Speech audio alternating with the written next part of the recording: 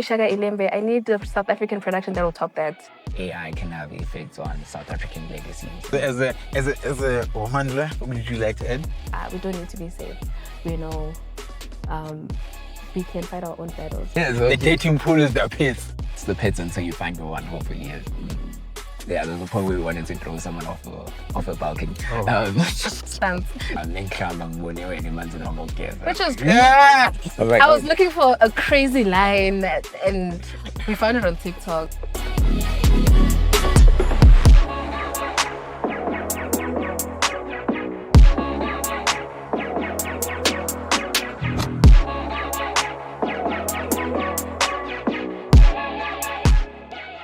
What's going on, BBAFF'ies, and welcome to the third episode of the Brazen Black podcast, the home of the fearless, African, and unapologetic storytelling. I am your host with the most, Tebatso Mashishi, the black boy with the white skin, and this is a space where we sit down with bold directors who are not afraid to break form, blend genres, and have fun while relaying a serious message. This episode is brought to you in association with Brazen Black Art Film Fridays, where we showcase new films from emerging filmmakers every last Friday of every month, live on YouTube. On today's episode, we follow Deda, This One Stays. This film blends rom-com, action, and gaming logic and put it together into one love story.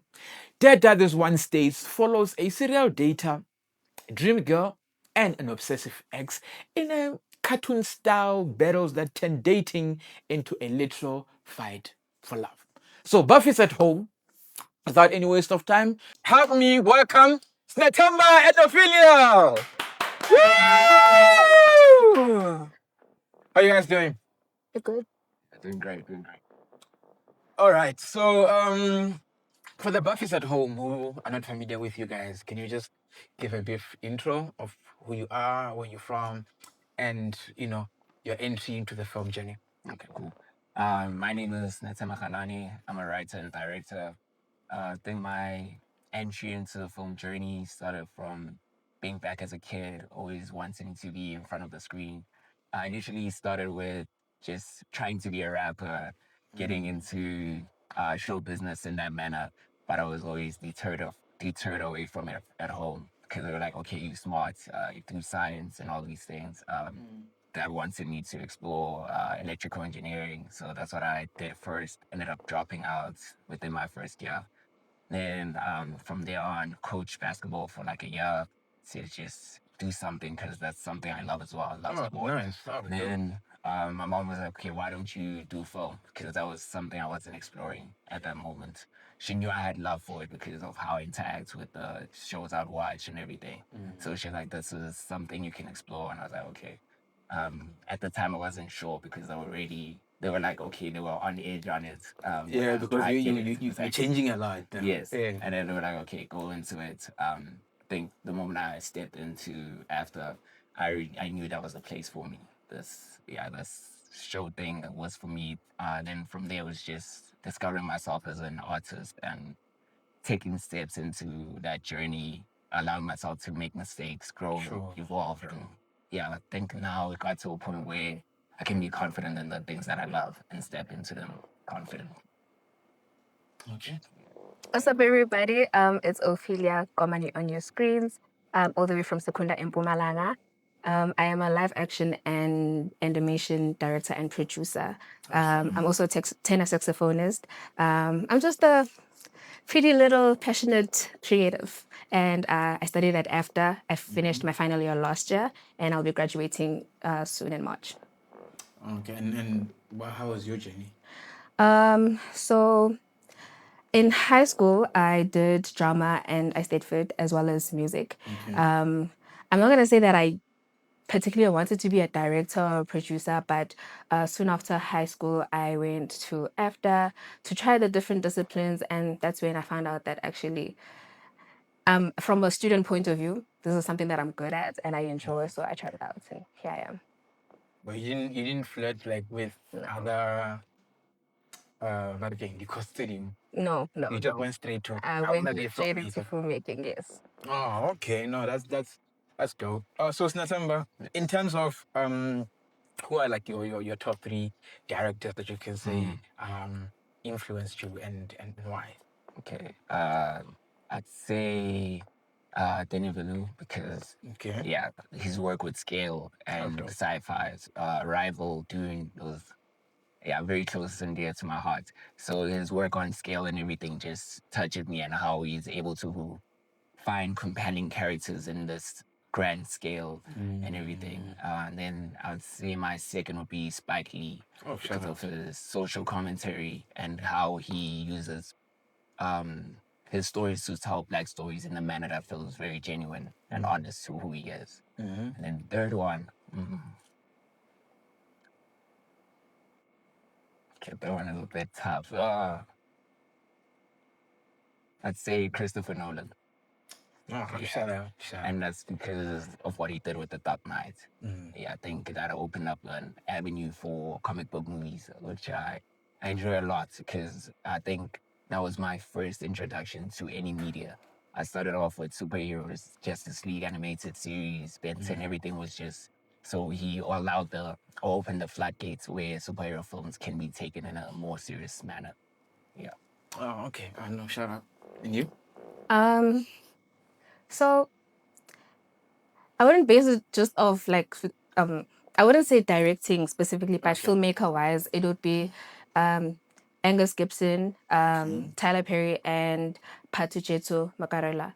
I would say it's because ever since I was young, I'd consume a lot of films with my mom, like drama and comedy centered films, right? Okay. It could be like your South African Skeem Sam, Vango the River, or like your Tyler Perry, Medea's Family Reunion, you know. So like when I was a teenager, my friends and I would like go to the cinema and most of the time would watch Marvel Studios productions, and that kind of sparked an interest in like animation and heavy VFX films.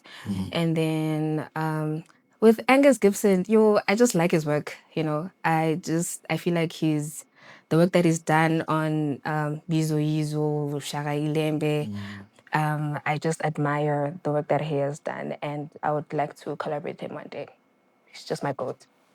Favorite. And you've got big dreams. And your films, top 3 films. Top 3. Top 3. Okay. Dune. Let's go Dune Part 2. Because I have to pick one. Scott Pilgrim versus the World. And third one, The Perks of Being a Wallflower. And then, Dune because of its political work and how it frames religion, belief, and everything in that manner. Scott Pilgrim versus the World because of Edgar Wright and his direction in that film. I love the feel of it. I think that's the first film that made me fall in love with film. That was my favorite film throughout high school, and I still watch it a lot till this day. And then The Perks of Being a Wallflower, I think it's just a personal film to me. I think that's the first film to ever make me cry. So I have a lot of emotional weight attached to that film. Yeah. So you love more like films that have social commentary about. Yes, I do. I think that's why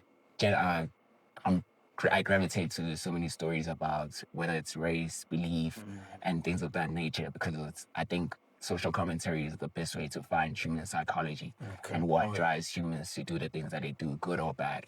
Because at the end of the day, it's rooted in something or some way. Yeah. And us as creatives, we have to find a way creatively to maybe not preach, you know what I mean, but kind of like have a voice that means something to someone and leaves. I feel like the best films are always the film where you can learn something from it. In anything where it's like it could be a little thing, but it should change something about maybe your perspective or reaffirm it in some way. Leave the audience with something they can grab onto. Without feeling like, Yes. This filmmaker is trying to kind of like sway me in this direction. Exactly. Oh no, I and your top 3? This is like the top 3 of all times because it's kind of hard to just out of everything that I've watched since I was a child, it's hard to just pick a top 3. But top of my head, because I'm a girl's girl and I like chicks flicks, I would say like To All the Boys I've Loved, I will consume that. Do you understand what I mean? Yeah. And then you see Marvel Productions, your Avengers, your Spider-Man. Okay, Avengers, which one? I can't pick all of them. Okay. Yeah. I'm kidding. Last one. Currently, I'll just say Shaga Ilembe. I need a South African production that will top that. For me, I can't stress it enough. I admire the research that was done in order to Portrait. not portray, but yeah, I guess you can say portray the film, but successfully like that, and not step on the Zulu's toes. It's so easy to trespass and Zulus would be like, that never happened. But for them to have There was a lot of research that went into it. yes, and I just want to say that I admire that.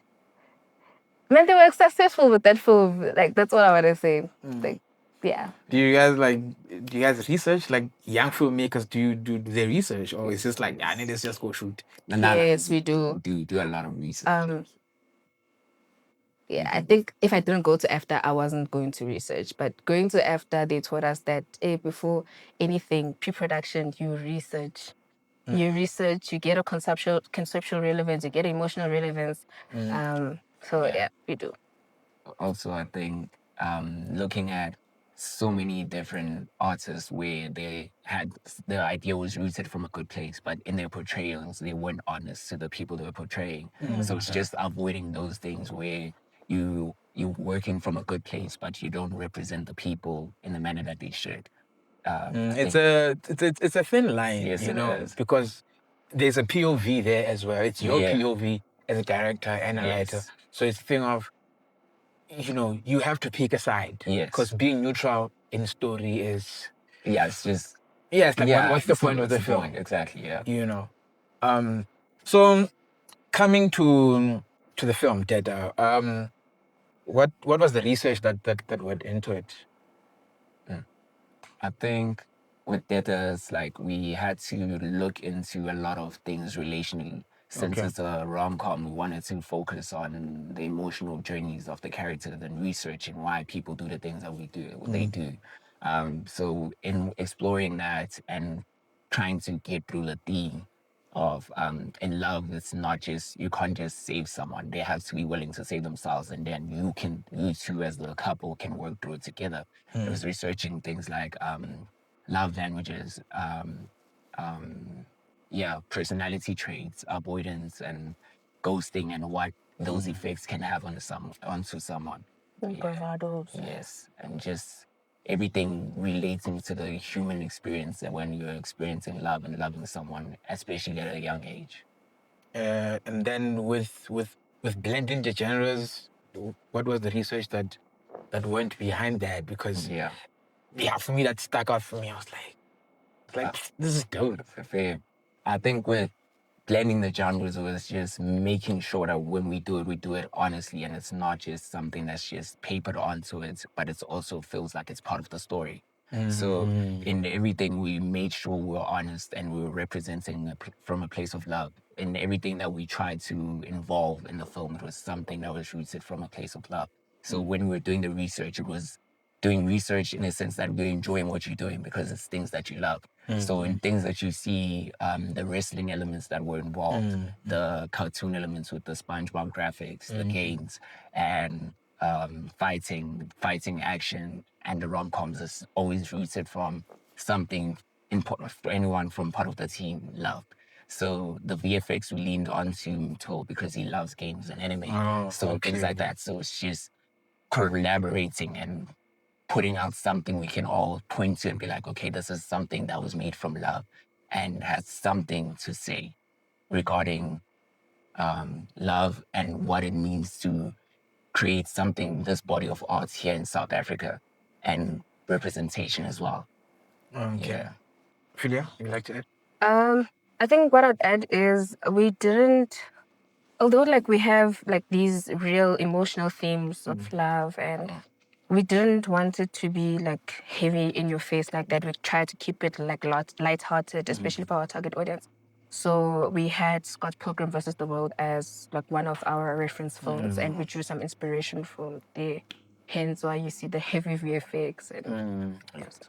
Yeah, I was about to ask about the reference because I think it was spot on. It was just well done. It didn't feel like a gimmick. You know what I mean? It didn't feel like you guys were trying to be cool because filmmakers.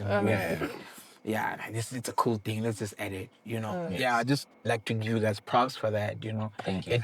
It blended nicely. So where did the idea come from? Like the idea behind like the whole story. The whole story. Yeah. Okay, I think it came in pre-production. We were just sitting and conceptualizing while having the initial core idea. First, we looked at the theme we wanted to convey and what would be the best way to convey it, because that's where our genesis is. Our starting point is always the story, and then it's just how to best tell that story, especially with the way that we wanted to explore it in that moment, because I felt like prior to that, though, most of us from our previous projects, we dealt with a lot of traumatic things, and that energy loomed over us, and we're like, okay, let's get a breath of fresh air, explore something new from a different point of view, and just enjoy making the film. Because I feel like sometimes we get lost in creating, especially from an environment where it's school and it's marks predicated and it's so opinionated. Everything is not just subjective. We're not making film just for you. In that moment, we're like, okay, let's just make something we can enjoy making it.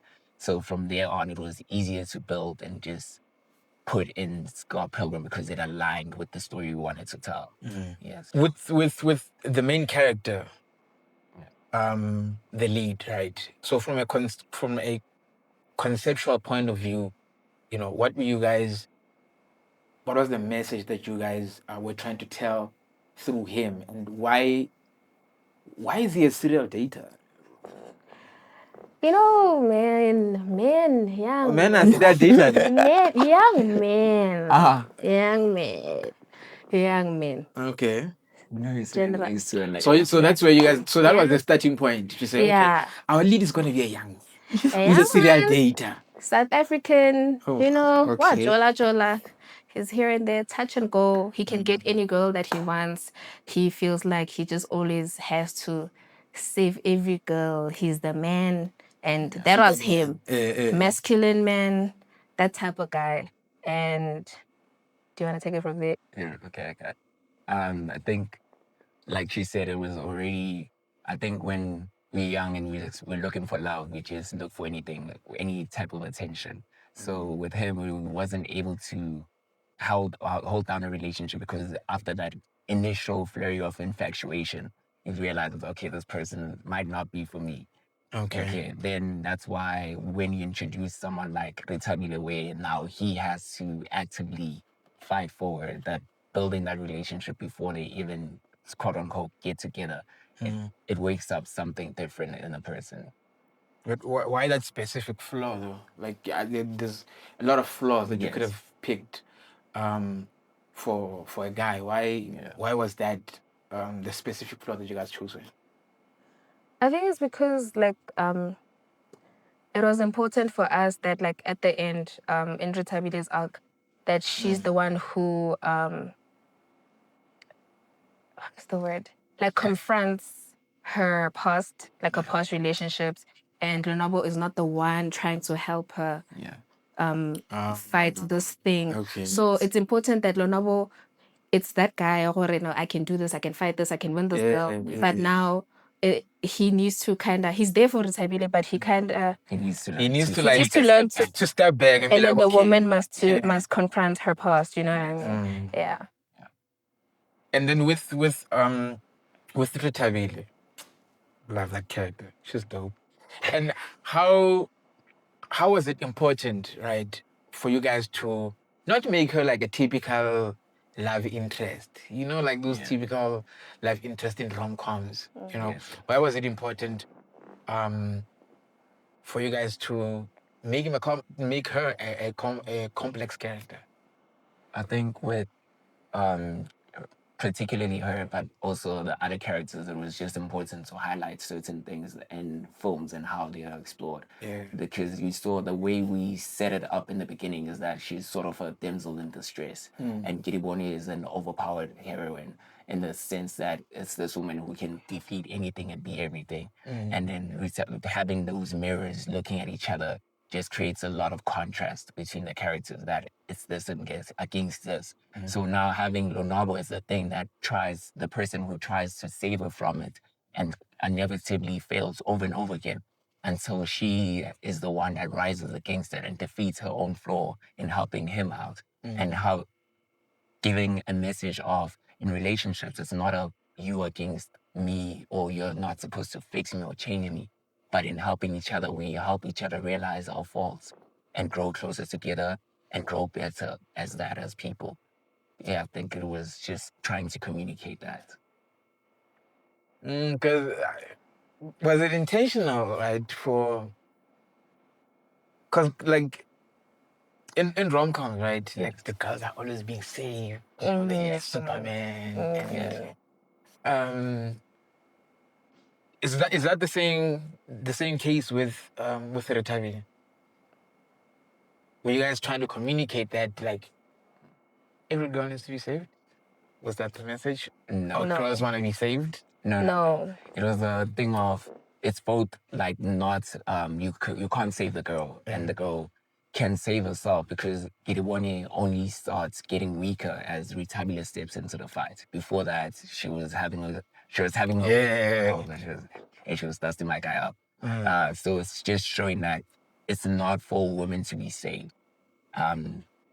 In a sense that as much as in film, the damsel in distress is a recognizable trait. We see it everywhere. It's like a core story in a sense that you wait to be saved, in a sense, for women in film. So the commentary on that, to avoid falling into those tropes and realizing that we can break free, especially with how feminist ideals have developed over the years. I think that's also something we wanted to make sure it's very clear in our film, that feminism is not just the thing that says women are the strongest and da-da-da, but no, they're equal. And in equality, it's not a situation of this one, because I'm a feminist, I think women are better than men. It's a thing of, we think we work differently. We're better at different things, and working together, that's when we can be our strongest form as human beings. So yeah. As a woman, what would you like to add? I mean, look, also, I mean, the writer is me, right? Yeah. So I think you can speak for the female, right? I think maybe a sub-theme would be that we don't need to be saved. We don't need, maybe back then, maybe, but now we don't need to be saved. We know we can fight our own battles. We just need to confront our inner selves and find a way forward.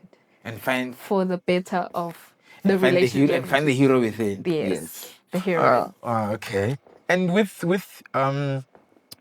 Kiriboni, right, as the final boss, because I just love how you guys incorporated like the whole gaming thing and the whole fighting thing, and just how she's the villain, right? Yeah. So what was the process like in terms of balancing the game element of it and still retaining the message and still keeping it there, so that it's not like now we're watching this funny thing that's happening, but it's still grounded as well?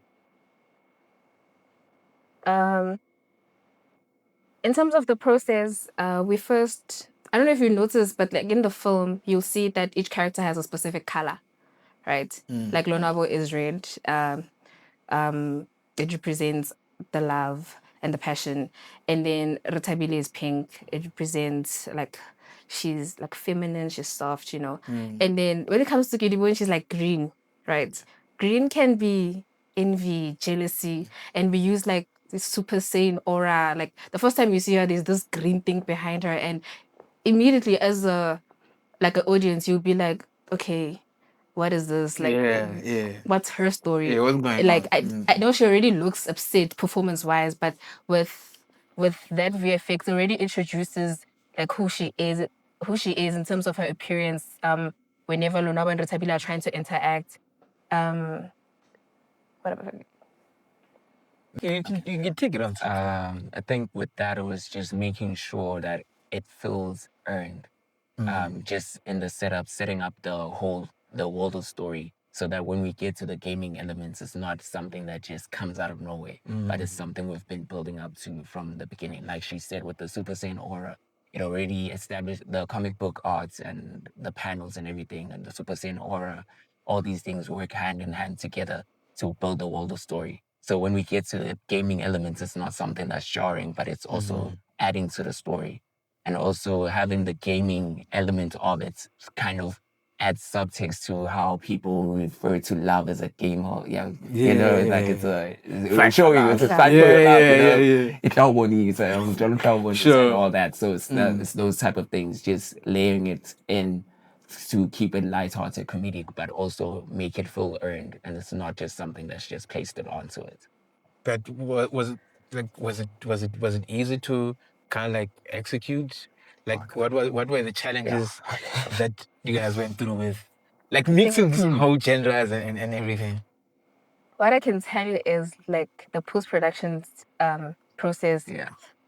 You guys went through moved it. us, and each time would like consult with our lecturers or anyone from the industry, can be an animator and whatnot.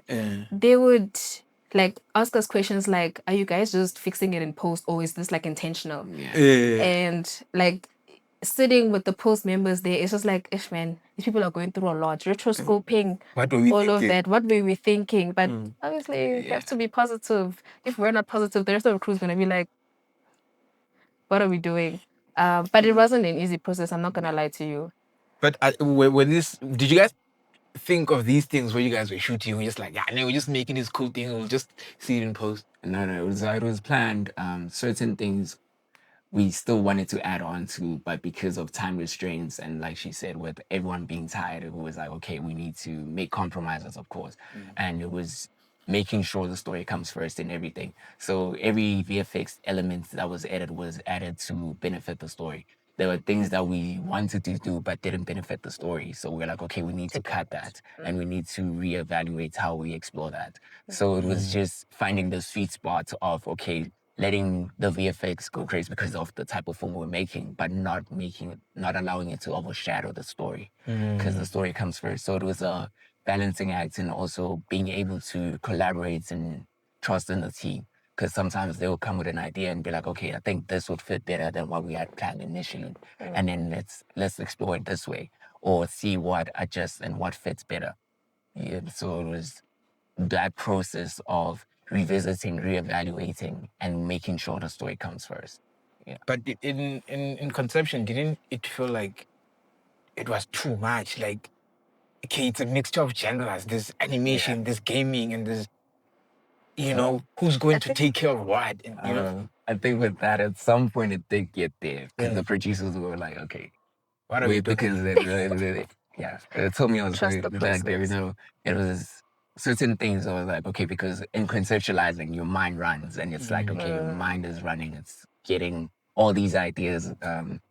There was a point where we wanted to throw someone off a balcony. Stunts and everything. Yeah, I did the whole thing. Yeah, like, let's just hold. But the producers were like, okay, remember, Relax. there's certain things that you may think are cool. Like you said, as creators, sometimes you'd be like, okay, this would be a really cool shot. But sometimes you need the producers to ground you in terms of feasibility and what would benefit the story the best. And they'll be able to be like, okay, this we can do and this we can't. Remember, we're still working under institutions, so we need to make sure we meet the we abide by the rules, we meet the requirements and everything. So in that sense, it was kind of meeting, like I said, like compromises, what would fit best and what would work best in terms of communicating what the story needs. Okay, and Kit's role in this whole thing, like Loki Cat is my favorite character. Okay. And I think she represents so much of us in a sense. Because I think with her, it's I see her as a mirror for Kiribone in terms of they represent the same thing. which is unrequited love, because she has a crush on Leonardo, and that's her best friend and everything, and she has to watch him fall in love with this other girl, and not only. And then she sees Kiriboni as the person she might become if she doesn't deal with those feelings. And now she opts to help Leonardo in falling in love with this girl, even though knowing that she's not, she would be the one he wants. Yeah, she'd be the one she wants to end up with. He's the one he wants to end up with. So it's just showing that as humans, that sometimes it'd be like, okay, I have these feelings, but they're not reciprocated or whatever. But this is not the best option. So it's just sacrificing your wants for someone else to see someone you love happy, which I think is a beautiful thing. Yeah, no, this is it's very complex, but it's well done to a point where it doesn't feel like it's a lot. Also, I think we also try to use Cat as like a sort of like a balance from like, you know, in the first arc with the comic book panels, instead of just having intercuts, like weird intercuts, we'd have her coming from the sides as Lona was explaining like I met this girl and this happened, and then the ex showed up, and then she was like, are you sure this is what you want? Like, you just need to keep asking yourself those questions. Are you sure that you're willing to go there? Do you want this person that much that you're willing to fight X? You know what I mean? Yeah. No, I feel like that was a very interesting way to go about it. You know, And in terms of the theme, right? Yeah. What is the film really trying to say about the dating culture right now? You know, what commentary are you guys making? Yeah. I think the commentary is, It's the pits. yeah, it is. The dating pool is the pits. It's the pits until you find the one, hopefully, yes. You know? You have to It's go the through little- many fishes to find the one. No. I'd say, No. I'd say there's a lot going on, but fight for what you want. Fight for your want. Yeah. Deal with your past also, so that you don't hurt Yeah. other people. You know, hurt people hurt other people. Yeah. Exactly. So Well, even like exploring things like ghosting, not moving on, you still, you know, you see your exes moved on, but with some phone and stuff, now Yeah. making things awkward. Now we have to avoid you at the mall and stuff. And also just fighting for love as well. But make sure it's real. You see how it's a double-edged sword, because with this one, it's like you got ghosted and you're fighting for your love and they're annoying. But if it's reciprocated, At some point, it felt like mental illness. Like, Yeah, is this person okay? Like, you get me?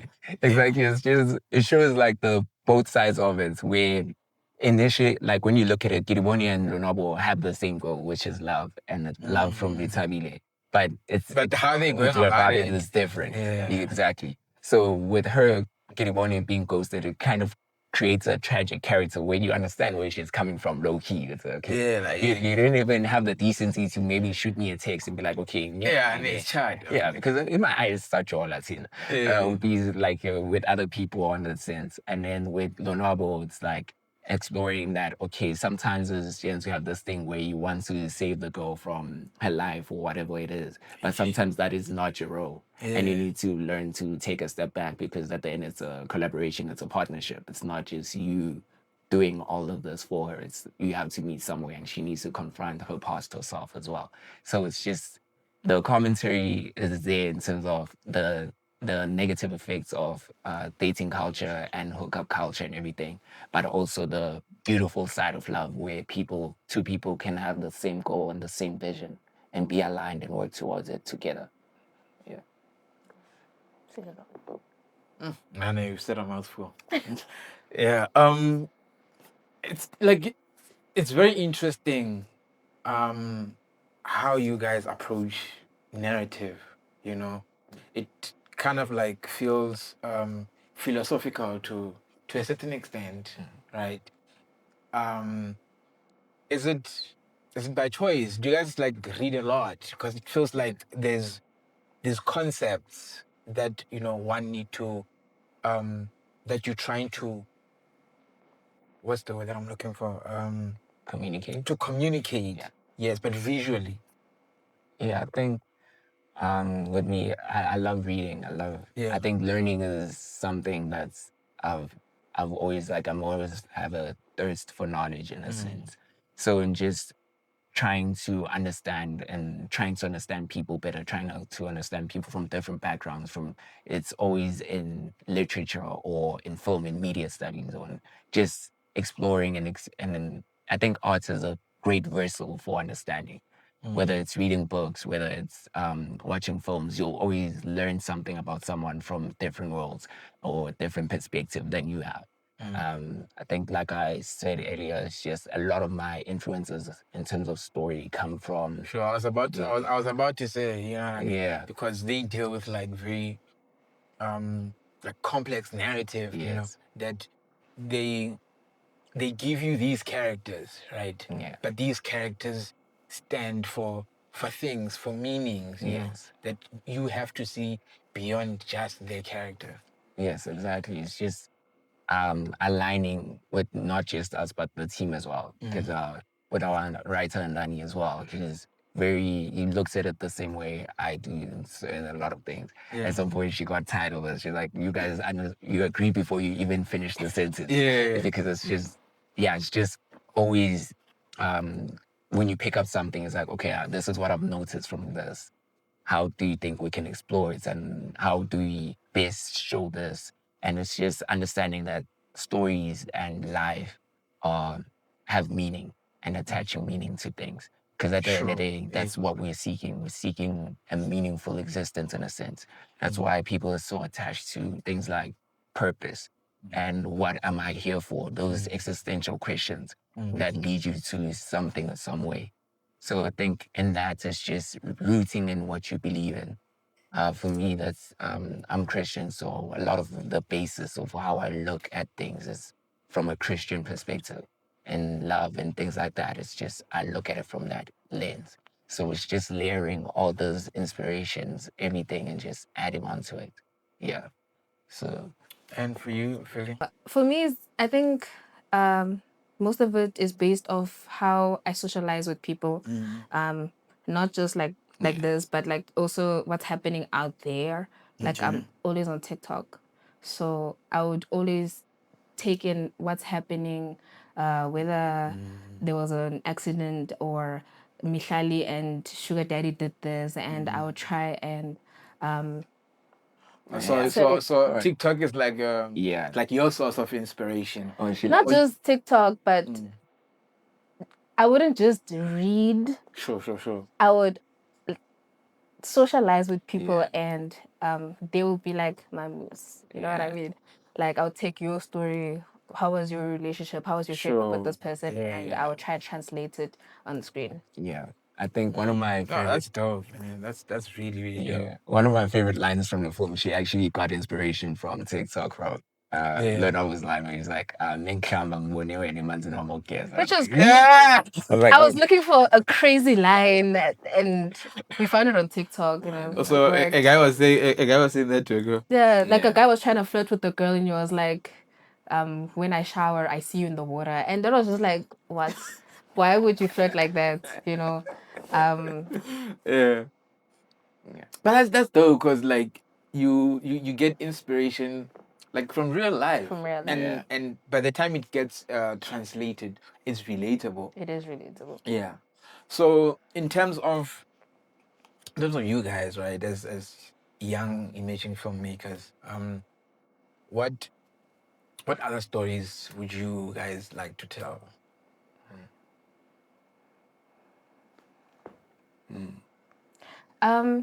I think for me, because when I was younger, my mom would. Do you know what dinonwane is? Folklore. Yeah. So my mom would always say nonwane, and then she would just bedtime stories just like that. I think because I'd always create little pictures in my head, I would love to take dinonwane, folklores, fairy tales, and turn it into visuals for the younger ones. I think for the next few years, that is what I want to do. Whether it's an animation or a live action fiction, I want to retell those kind of stories. But because folklore isn't just a story about birds and the birds yeah, could sing. yeah, There sure, is a message that the younger ones has to learn. I get it, like when you're trying to teach a child about rapists, you can't now just scare them like that. You need to find a way to teach them that when Watch this out, happens, yeah, you need watch to tell out. mom. Yes. Otherwise, this will happen. But you can't now be gruesome with it. It needs to be lighthearted. So I think for now, as a creative, that's where my main focus is. And you feel like there's a market for that? I mean, yeah, there's a lot of kids that needs to be told about GBV, you know. So yes, truly, surely, there is a market for that. Yeah. Yeah. Okay. Yes, Nachamba? Thing with me would be, I think, yeah, it still remains consistent for me. It's always stories that are Political. yeah, that was just rooted in something honest to someone. It could be one person, it could be a million, it doesn't matter. It just needs to be honest to someone. I think right now, a lot of the stories I'm exploring while writing are hugely based on meritocracy, which is about how your resources and your environment affect how good you perform in certain things. They're about AI because that's a prevalent thing. So it's just understanding where the world is and trying to find my voice in because I think as people we're very opinionated. So it's just finding a way to have an opinion on something and let it be honest and I think it's always for the betterment. That's what I want to the stories I want to tell are the stories that at the end of the day will try to push the human race or someone, whether it's one person or a million, to do better in any sense of their life. To just try to improve that one step. Yeah. But I didn't hear you guys, talking about telling about stories where you guys are from. It's like Fair, yeah. I think I like those are not interesting. no, they are. I think that's why I spoke on environments as well. Yeah. Because growing up from the East Rand, I've bounced around a lot from that end. So I've been Davidson, Crystal Park, and Cloverdean. I've been Because moving around there's not a Springs. lot of stories It's that from those from the areas. East Rand. Exactly. I can't picture the East Rand. Exactly. That's why it's like bridging that gap and telling stories that will better the environment and how it just, you can go from this perspective and find the same person, but because they grew up in this area, they'll tell you a story differently than someone who's grew up from a different area. So it's just finding those stories and making it a core thing, but not making it feel fake. It was okay. This is a story about this and this, but because I'm from the East End, I need support from my hood. Let me just say, okay, this is set in Davidson or whatever. It's just making it honest and making the story come first and not just paper over it. Because I think we all can feel when something is just done to appease something. Yeah. So it needs to come from an honest place. So that's why it's like the environment is important in a sense. Yeah. So it would definitely showcase Easter End in a sense, one of the stories I want to tell. Yeah. No, most definitely, man. I'll be looking forward to, to seeing some of those stories so that I can get an understanding of the East Rand, what happens there, and you know what I mean. Yeah. And then it's a Sekunda. Yeah. Know what Sekunda is like, you know what I mean? Because we need to share these experiences. It's all good and well as to write concepts, you know what I mean? But at the end of the day, it's the human story. It's about where we're from, where we are going. But people need to know where we're from. Yes. Because our stories start there. Yes. So as co-directors on this project, right? How did you guys collaborate, share responsibilities? Yeah. Okay, so we both collaborated on the creative vision holistically. It was both of us. And then SINETHEMBA would focus more on performance, so he'd work with talents. And then I would sit in their rehearsals, any meetings that they would have, I'd collaborate with them and the writers to understand the arcs. And then I would relay the messages to the post-production team or the cinematographers or editors and to work on how it would be like translated, like the arcs, the emotional arcs of the characters, and how we move from one setting to the other, how that would be translated on screen, and how we'd incorporate the VFX and the transitions and the music and so forth. So I was the technical director and performance director. Okay. And for you, like, what was the process like working with the talent? To translate all of these things. I think it was fairly easy because it wasn't just like a rigid system. Yeah. We allowed each other to collaborate and spread ideas around. So it was a thing of having a collaborative effort in everything. So in doing this is how we wanted to be relayed. So I mainly focused on like story and what would work in that sense and trying to expand on that. And then when we add the technical aspects, when they come in and you're like, okay, in the stunts, this is what we want to communicate. This is what we'd like to do this so it's safe for everyone, first of all. And then in the fight scenes and things like that, the stunt coordination, working with the whole team. So everyone knows that, okay, when we're doing this is the effect we're going for. This will be enhanced by adding this and this and this. Okay, maybe this doesn't work. So it's just a collaborative effort all around, leaning not only on each other, but on the team as well. Knowing that, okay, this person's strengths are in this and this. So this is how we're going to accentuate those strengths, play into their strengths in a sense, and how we go forward from there. Yeah, I think that was always the forefront of it. What would be the best for the production and how we showcase everyone's strengths. And like obviously there would be compromises. Yes. Yeah. Here and there, like, okay, no, we can't do this.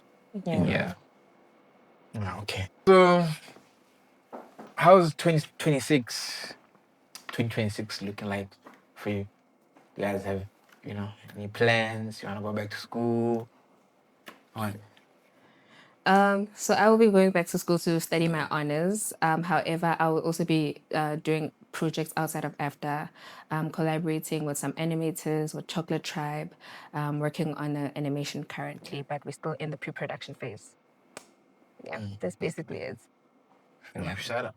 Yeah, it's pretty much the same.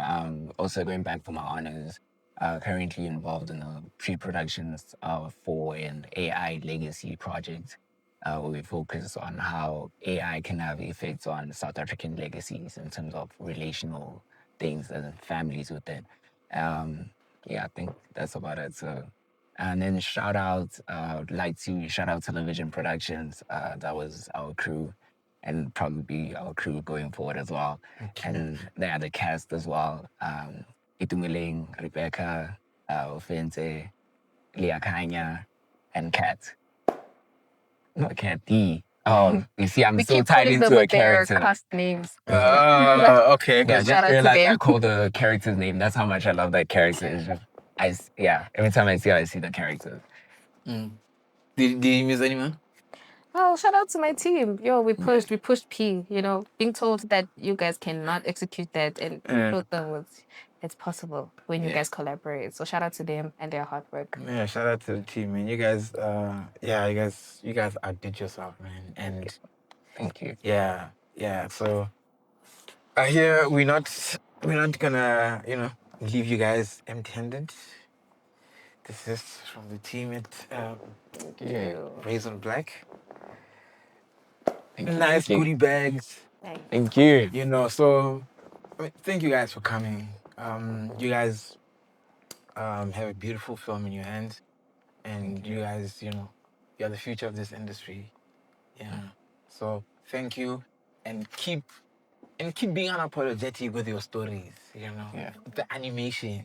I'm looking forward to the animation. And with the AI legacy as well, man.